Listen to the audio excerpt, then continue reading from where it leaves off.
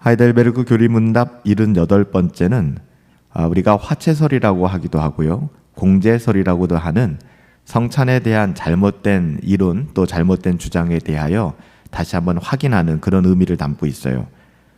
78번째 질문은 떡과 포도주는 그리스도의 실제 몸과 피로 변화됩니까? 라고 묻고 있어요. 당시에 잘못된 가르침이 성찬을 통하여 마주하는 떡과 포도주가 실제적인 예수님의 몸과 피로, 예수님의 살과 피로 변화되어진다라고 가르쳤거든요. 이것이 성경적인가를 묻고 있는 거예요. 그렇지 않죠. 세례에서도 물이 우리의 모든 죄를 씻기지는 하지만 세례에서의 그 물이 그리스도의 피로 변하는 것은 아니잖아요. 물 자체가 우리의 죄를 씻는 것은 아닙니다.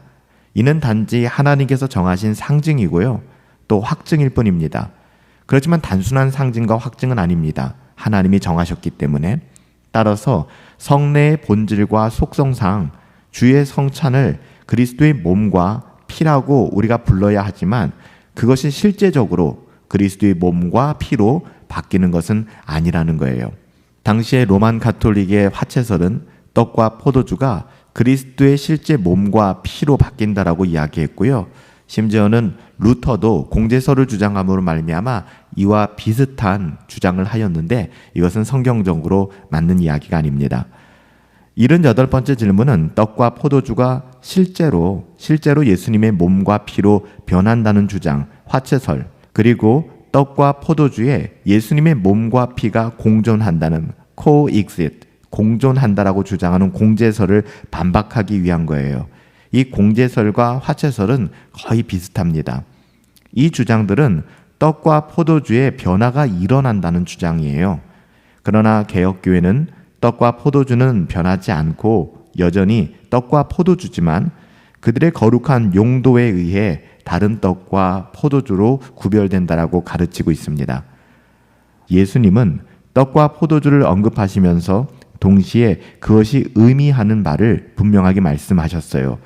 우리는 신비주의에 빠져서 떡과 포도주 여기에 집중하면 안 됩니다. 이것이 무엇을 의미하고 있는가, 예수님께서 어떤 의도로 이 말씀을 하셨는가에 더 집중해야 하는 것이죠. 따라서 떡과 포도주가 그리스도의 실제적인 몸과 피로 변화되는 것은 아니에요.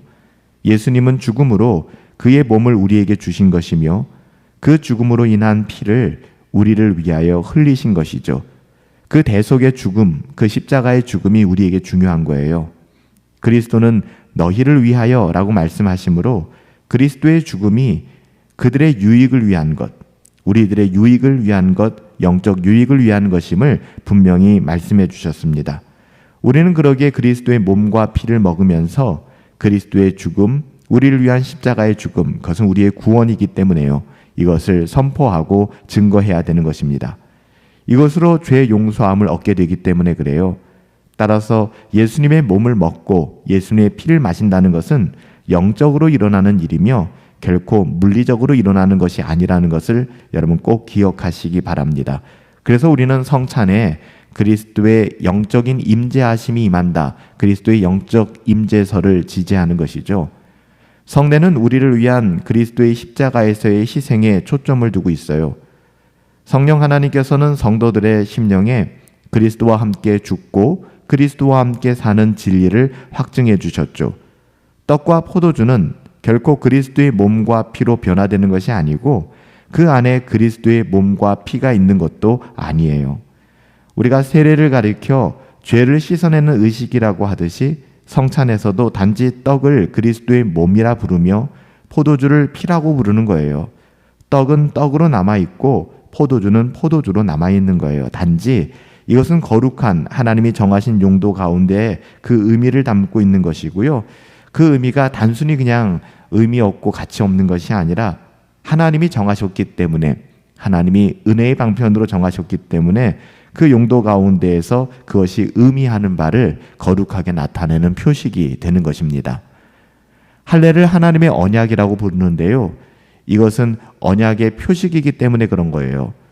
세례를 중생의 세례, 죄를 씻는 세례라고 부르는 것은 우리로 하여금 그것이 의미하는 바를 생각나게 하고 확신시켜주기 위한 것이죠.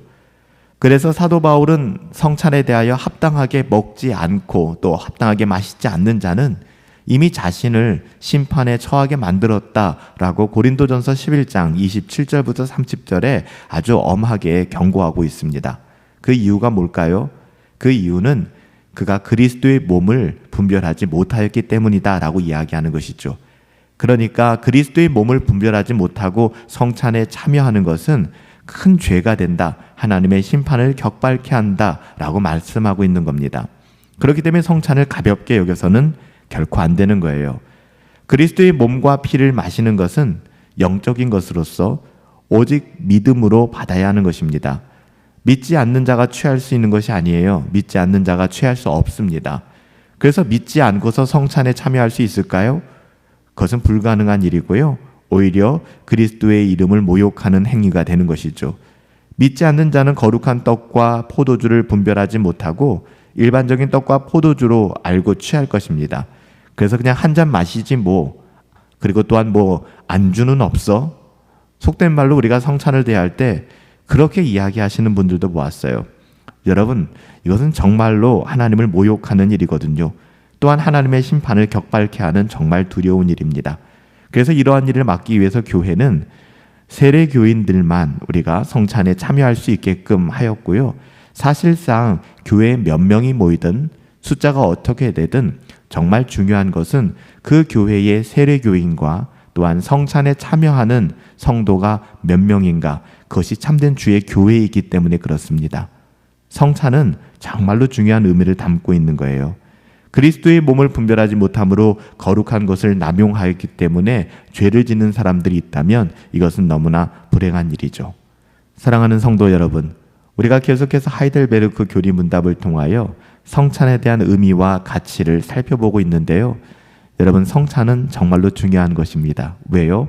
우리 주님께서 제정하신 것이고요. 성찬을 통하여 날마다 우리에게 은혜가 각성케 되고 그 은혜가 왕노릇하는 일들이 나타나기 때문에 그래요.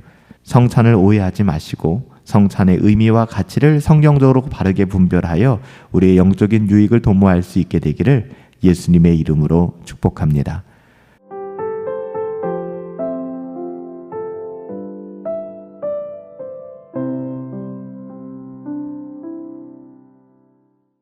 하이델베르크 교리문답 79번째 시간입니다. 그렇다면 예수님께서는 왜 떡은 자신의 몸이며 잔은 자신의 피라고 말씀하셨을까요? 더불어 사도 바울 역시 성찬을 그리스도의 몸과 피에 참여하는 것이다 라고 말했는데요. 그 이유는 무엇일까요? 이렇게 묻고 있습니다. 그것은 78문에서 떡과 포도주는 그리스도의 실제 몸과 피로 변화됩니까? 전혀 그렇지 않다라고 나눴잖아요.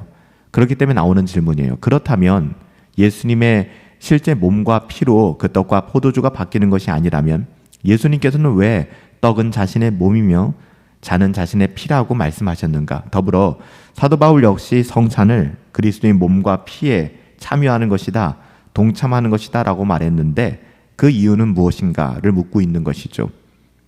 예수님께서는 떡을 먹고 포도주를 마시는 것이 육신의 생명을 지켜주는 것처럼, 우리가 이 땅에서 먹고 마시는 것이 에너지를 주고 우리의 생명을 연장시켜주는 것처럼 십자가에서 못 박히신 예수님의 몸과 흘리신 그 피가 영적인 양식이 되어서 또 음료가 되어서 우리의 영혼을 영원한 생명으로 살아갈 수 있도록 먹여주신다라는 것, 지켜주신다라는 것을 가르쳐주기 위하여 우리에게 성찬을 주신 거예요.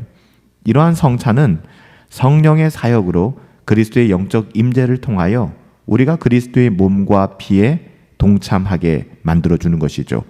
그러니까 성찬 예식 가운데에는 눈에 보이지 않지만 그리스도의 영적 임재하심이 있다라는 겁니다. 이러한 성찬으로 하나님의 자녀들 신자들은 주의 십자가의 은혜를 기억하게 되고요. 하나님의 자녀답게 살아갈 수 있는 믿음을 갖게 되는 것입니다. 그런 의미에서 예수님께서는 떡은 자신의 몸이며 잔은 자신의 피다라고 말씀하신 것이지 실제적으로 떡이 예수님의 몸이 되는 것이며 잔이 예수님의 피가 되는 것이 아니에요. 여기에 집중하면 신비주의에 빠지게 되는 것이죠. 중요한 것은 떡이 예수님의 몸이 되는 것이 아니에요. 이것이 어떤 의미를 담고 있는가? 이것이 우리의 경건에 어떤 유익을 주는가가 중요한 것이죠. 교리문답서에서는 떡과 포도주를 주의 몸과 피로 강조하고 있어요. 이미 살펴본 것 같이 떡을 떼는 것은 그리스도의 몸을 찢는 것이고요. 또한 우리가 잔을 나누는 것은 흘리신 예수님의 보혈을 나누는 것, 이것을 강조하는 것이죠.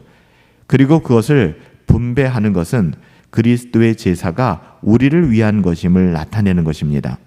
예수님께서 받아 먹어라 이렇게 말씀하신 것은 마치 떡과 포도주를 먹을 때 우리의 몸에 떡과 포도주가 들어와 에너지가 생기는 것처럼 우리가 영적으로 떡과 포도주를 먹고 마실 때 우리 주 예수 그리스도의 십자가의 그 은혜와 은덕이 믿음으로 우리를 그리스도와 연합하게 만든다는 것입니다. 죄 많은 우리들이 오직 예수 그리스도의 희생의 그 십자가로 말미암아 예수님이 지불하신 그 십자가의 은혜로 말미암아 그 은덕을 누릴 자격을 갖게 되었다는 것입니다. 우리는 아무 자격이 없고 아무 공로가 없는데 예수 그리스도의 그 십자가의 은혜가 우리를 다스리고 우리를 지배하고 우리 안에서 왕노릇하게 되는 것이죠. 우리는 무자격한 자이지만 오직 예수 그리스도의 그 십자가의 은덕과 은혜를 힘입어 자격 있는 자로 하나님 앞에 설 수 있게 된 것입니다. 의롭다함을 얻게 되는 것이죠. 우리는 전혀 의롭지 않은데 우리는 여전히 죄인인데 의롭다고 인정을 받게 된 것입니다. 떡과 포도주로 우리의 몸을 양육하듯이 그리스도께서는 그리스도의 몸과 피로 성찬을 통하여 우리의 영혼을 양육하신다는 것을 보여주시길 원했던 거예요. 그래서 예수 그리스도의 십자가의 그 은혜와 은덕이 우리의 영혼을 어떻게 살리는가를 성찬을 통하여 구체적으로 그리고 직접적으로 보여주신 것이죠. 그래서 성찬을 통해 우리의 영혼이 더욱더 은혜 가운데 서게 되는 것이고요. 날마다 하나님의 은혜를 바라며 경건을 추구하고 거룩한 삶을 애쓰며 새로운 인생을 살아가게 되는 것입니다. 이것은 성령의 역사를 통해서 이루어지는 것이고요. 그리스도의 영적 임재를 통하여 우리의 영원한 생명을 확신하는 그런 단계까지 나아가게 되는 거예요. 따라서 그리스도의 몸과 피는 우리의 영혼이 영생에 이르게 하는 진정한 양식과 음료가 되는 것이죠. 그리스도께서 떡을 자신의 몸으로 포도주를 자신의 피로 말한 이유가 바로 여기에 있습니다. 그리스도께서 떡을 자신의 몸으로 포도주를 자신의 피로 말씀하실 때 그리스도께서는 이러한 표식들이 의미하는 바를 우리에게 가르치기를 원하셨던 거예요. 우리가 알기를 원하셨던 것이죠. 이러한 표식들을 통하여 그리스도께서는 우리가 떡과 포도주를 먹어서 그의 몸과 피에 동참하게 되었다는 것을 성령의 역사로 확신시켜 주셨던 거예요. 그것을 알기를 원하셨던 것이고 가르쳐 주신 것이죠. 또한 그리스도께서 죽음으로 드린 제사, 그 십자가가 우리를 위한 것이었으며 이것이 꼭 필요한 것이었음을 성찬을 통하여 우리에게 날마다 확신시켜 주시는 것이죠. 우리는 어린 아이들에 대해서는 성찬을 허락하고 있지는 않는데요. 그 이유는 성찬을 대할 때 주를 기억하면서 받아야 하기 때문에 그래요. 물론 어린 아이들 중에서는 영적으로 민감하여 하나님을 경외하고 성찬의 의미를 분명하게 파악하며 성찬을 대할 때 주를 기억하고 경건함으로 참여할 수 있는 아이들도 있을 거예요. 그런데 그렇지 않은 아이들이 훨씬 더 많기 때문에 아이들로 하여금 범죄하지 않게 만들고 아이들의 영혼을 지켜주기 위하여, 따라서 어린 아이들이 먼저 그리스도의 몸을 분별할 수 있을 때까지 교회에서 가르침을 받고 성장해 가야 되는 것이죠. 그리고 일정 시간이 지나서 이제는 자신의 믿음을 고백할 수 있는 나이가 되고 교회에서 입교하게 되었을 때 비로소 우리가 함께 성찬에 참여하게 되는 것입니다. 그리스도에 대한 지식과 하나님께서 구속의 역사를 이루기 위하여 하신 일들에 대한 지식이 있어야 한다는 거예요. 이러한 지식 위에 성령이 역사하셔서 회개가 일어나게 되며 믿음이 세워지게 되고 믿음이 형성되는 것이거든요. 믿음이 그냥 세워지는 것은 아닙니다. 따라서 성찬은 반드시 거듭난 사람들, 중생한 자들만 취할 수 있는 것이고요. 이것에 대해서 멜직신앙고백서에서는 이미 중생한 자이며 하나님의 가족, 교회에 속한 자들만 성찬을 받을 수 있다라고 서술하고 있습니다. 여기서 중생하였다고 하는 것은 회개와 믿음이 있다는 것을 의미하죠. 이렇게 성령의 역사로 인하여 회개와 믿음이 발생한 자에게 성찬은 성령의 역사로 인하여 믿음을 더욱 강화시켜주며 영원한 생명에 대한 확신으로 나아가게 하는 거예요. 정말로 하나님을 사랑하고 거듭나며 그 안에 믿음이 있는 자에게는 성찬이 은혜의 방편이 되는 것이고, 성찬을 통하여 이렇게 주님을 더욱더 기억하며 주님께로 더 가까이 나아가게 되는 것이죠.